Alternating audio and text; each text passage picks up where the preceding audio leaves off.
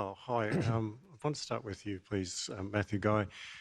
In respect to healthcare, you've mentioned putting money towards healthcare. If you could please elaborate what you intend to do.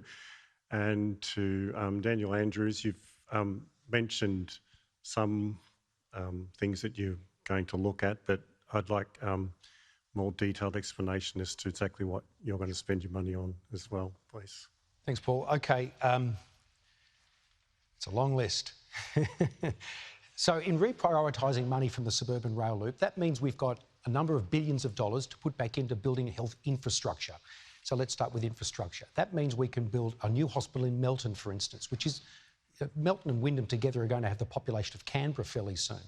So that hospital needs to be funded and built. A Royal Children's Hospital in Werribee, one of the fastest growing areas for kids in Australia. Hospitals in Mildura, in Wodonga, in Warragul, smaller places like St Arnaud or Daylesford, Mansfield. We can put the infrastructure money into hospitals which some of them have got leaky roofs, some of them have got mice running through them. I mean, they need to be rebuilt. And this is a moment in which we've got a pool of money and we can reallocate to do that. On top of that, we can hire another 40,000 new nurses and midwives over a 4-year period to get more back into the system. So we're replenishing those people who are leaving. On top of that, because we've got that money which we've reprioritised, some of those hospitals can be training hospitals as well. La Trobe Uni found that where people train in the health system, 80% of the time, that's where they stay. So we've got training facilities, for instance, in Shepparton, in Mildura, and of course in the CBD in Melbourne. That means we're actually training the next workforce in our hospital system as well. We can put a huge amount of more money into 000 to fixing the problems that are in the 000 network. I mean, it is so important we do this now. And my contention to Victorians, at this point in our state's history, at this time, now is the time when we were told before COVID that we're going to fix the system to prepare us, which is why we were locked down. And we come out of COVID and find the system's worse. Well, I say now is the time for us to fix the healthcare system once and for all. We have a pool of money. I don't disagree that infrastructure is important and one project might be very important, but it's not our priority. Your health is my priority. Saving lives is our priority. Fixing the system should be the priority. That money is there to build that infrastructure, to employ those extra nurses and midwives, to fix 000 once and for all. And that's what I want to make the priority of a government I lead. So, Premier, your answer? Well, Matthew's talking about the fact that we can't afford a decent public transport system, yet his promises tally up to more than $30 billion and my commitments are about $11 billion. So we know who the spender in this contest is.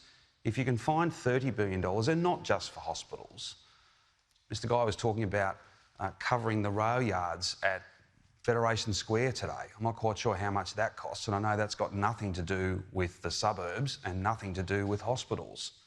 The key point is this. Over the last 8 years, I'm so pleased to be able to tell you that we have recruited 26,000 additional workers in our health system. Each of them play a critically important role. So that's our record. We're going to recruit another 24,000, and we'll get that done because we have worked with nurses and midwives, AMBOs, allied health professionals. Everyone who works in the hospital system has sat down with me and I have listened to them. And what they tell me here and what they tell premiers in every other state in the nation is that COVID has knocked our health system across the country around. So the people who've got a record of recruiting nurses and AMBOs, not going to war with them, but instead listening to them, respecting them, valuing them, I say to you, we'll get the job done again. And on comments in relation to pre-pandemic, as I said earlier, our paramedics, because we recruited 2,200 more of them and paid them properly, and they weren't having to ride on the side of their vehicles what they needed, they sat down with me and we got that job done and they delivered. Those women and men delivered the very best ambulance response times in the history of our state. I sat down with a group of them just the other day to commit 40 additional mobile intensive care AMBOs, those MICA paramedics. We're going to train them up. We're going to also support them with lots of other different things, new models of care, a thing called a paramedic practitioner, so you don't have to go to hospital at all. They bring not only the vehicle, but they bring all the care you need to your house. They are the best of us. We respect them, we value them, we listen to them. And I can tell you, because I've sat down with them, they are absolutely determined to replicate, to do again what they did just weeks before COVID arrived, deliver the best response times in the history of our state. And they won't settle for that, and neither will I. We'll always want to do more and do better. Every health system in this country has been knocked around. Cuts are not the answer. Investment is the answer.